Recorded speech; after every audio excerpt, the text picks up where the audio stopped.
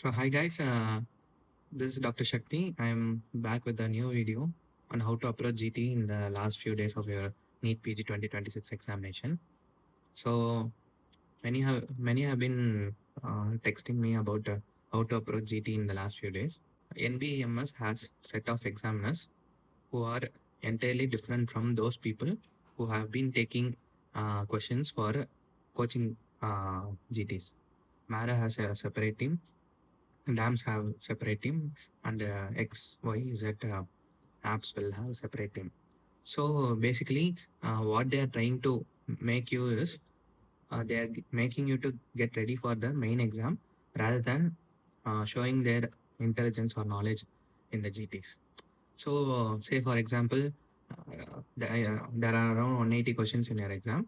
In those questions, if you come across anything which is beyond your scope, which is at a super specialty level or a PG level, it won't be coming into your a NEET PG exam, since it is beyond the scope of what the portion is all about. Okay, so there will be exams where it is toughest of the toughest, and your final score will turn up to be around 100 or 110, who have been scoring 140, 150, etc. So you shouldn't get dejected with that final score. And I used to compare the scores with fellow mates, but it is not at all a thing to be compared about. It is if you want to compare, you can compare it with your previous score. That I will elaborate later in this video. And obviously, I thought the question should be exactly the same as the main video, but it is never the same. So more GTs better result. I wouldn't say so because that I have seen my fellow batchmates who have done around 3 to 4 GTs and getting into the top medical colleges of India. So it is not about GT. It is about how you approach each and every questions, so that you get the hang of how the examiners are asking. Okay. So more than giving GTs, analyzing GT is more important, and I have discussed in a separate video about how to approach GT, how to analyze your GT. Kindly check those video. I cannot repeat because I am making it short. And the fifth point will be I will be reviewing only the wrong answers.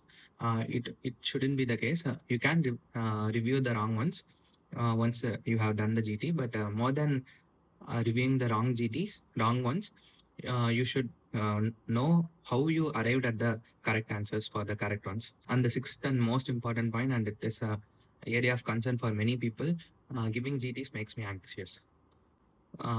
Giving GT should make you anxious.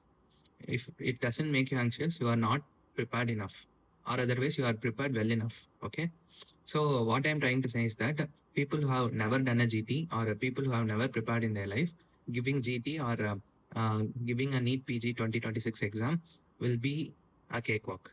What I'm saying is it's not about the like results and all, but the way they go to exam center and write the exam is itself is pressure free because they knew that they have another chance. At the same time, those people who are getting more than 160 correct, on 170 correct, those people will be very confident about their preparation and they won't be anxious. They will confidently write the exam. Those people who are in between these two will be anxious, and it is okay to be anxious. First, accept that you can feel anxious in the mock GTs, but it shouldn't replicate in the final exam. That is the main thing. How I approach the GT. Initially, I approach it very differently. I used to solve it for 1 hour.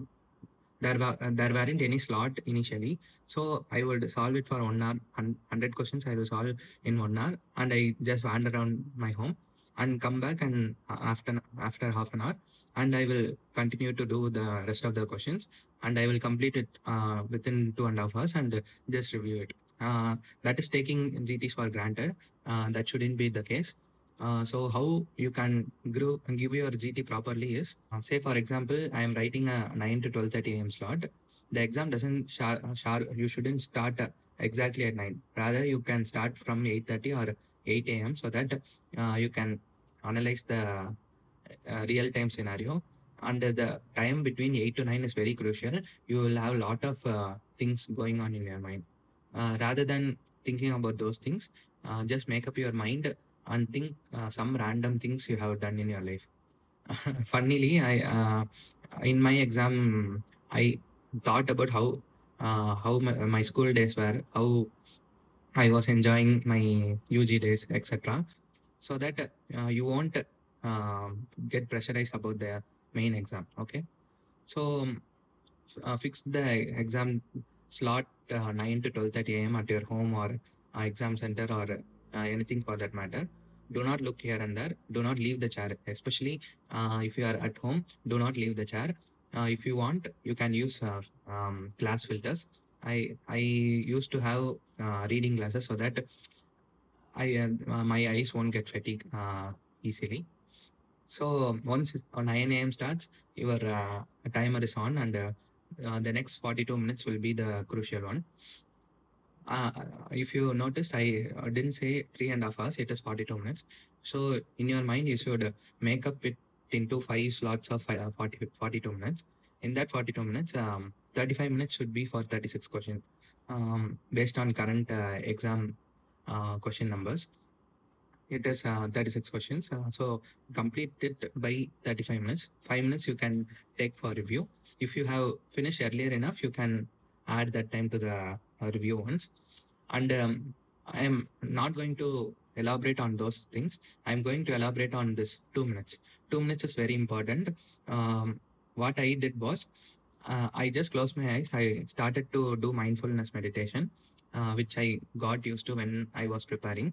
It really helped me to get back on track and to forget what are the things I have come past, because once the 42 minutes are over, you are going to next set and you cannot redo what are things you have done in that 42 minutes. And you should be clear and accept, and shouldn't be anxious about that 42 minutes, so that you can feel fresh to enter into the next slot. Because once you enter into third and fourth slot, you will be very fatigued. You will feel the most pressure in your life. So yeah, it is better to start now to have the mindfulness meditation. Otherwise, any coping mechanism which will be helpful for you, that would suffice. You take a break, have lunch, take rest, and sit back by around 4 p.m. or so, and analyze your GT. Don't see the score, don't see the correct response, etc. Don't see the rank, especially. I would see percentile score, and then only I will see the number of answer I got wrong. So more than getting right, wrong answer is the key thing to look into, because that is the area where you can uh, rectify your mistakes, and you can turn into skipped ones or positive ones, if you know what I mean. So I would take a screenshot like this. This is from National NEET mock test Marrow. I got around 139 correct, but many people have got around 180, 190 correct. I was afraid that I am not even in the race, but my goal is to get into a government college for general surgery. So I am clear that I should get around 5,000 or to 6,000 ranks, so that I can be confident enough. In order to get into that rank, you should aim for the higher rank. As my friend Sibi tells me, you will always think that your rank is number one. Once I see those things, in this, I have got a percentile of about 86, which is a pretty good thing. But better to have a score of around 98 percentile, so that you will be confident enough to enter into the exam. And how to rectify your mistake? Don't go for the wrong ones. Better to go with the first analyze your GT as per the video I have made in GT analysis a few days ago. Then you need to study last 4 subjects which you think are the weakest. In that exam, ENT, psychiatry, microbiology, and biochemistry were my weak ones. So I revised those 4 subjects alone and gave a GT. It took me around 5 to 6 days, I think, to give me the next GT, so that I can get the correct response from these things in order to decrease my wrong ones, if you can understand. See, in ENT, I have got 3 wrong answers, and in psychiatry, I have got around 2 wrong answers, micro 8 wrong answer, and biochemistry 5 wrong answer. So totally, it comes around 18 wrong answers. If I can rectify even 5 to 10 questions, it will be a bonus for me. So that 139 correct will turn into 145, which is a pretty decent score for me. That's how you need to approach GT rather than sticking and dwelling into the correct response. So review for the next week and give a GT once again and repeat the cycle so that you can enter into the zone where you will have 140, 150 correct. See, if you have been preparing for around say 1 year, 1.5 years, and you have not been getting the score you have dreamt about, it's okay that you have been getting that score. It's just that your knowledge is being accumulated, and it is going to get a good score in at least 1 or 2 GTs before the exam. You will eventually come to know what I am trying to say. And yeah, the realistic comparison will be the percentile score. For in the last 3 to 4 GTs, I got around 98, 99 percentile, which is pretty decent for me. And I did very easy one so that I can feel confident before entering into the exam. So that will be the separate video nearing the exam. So this is what I am trying to tell you in this video. Hope you find it useful. If you need any help, kindly comment me or DM me on Instagram, Journey in Scripts. Thank you. Bye. Do subscribe.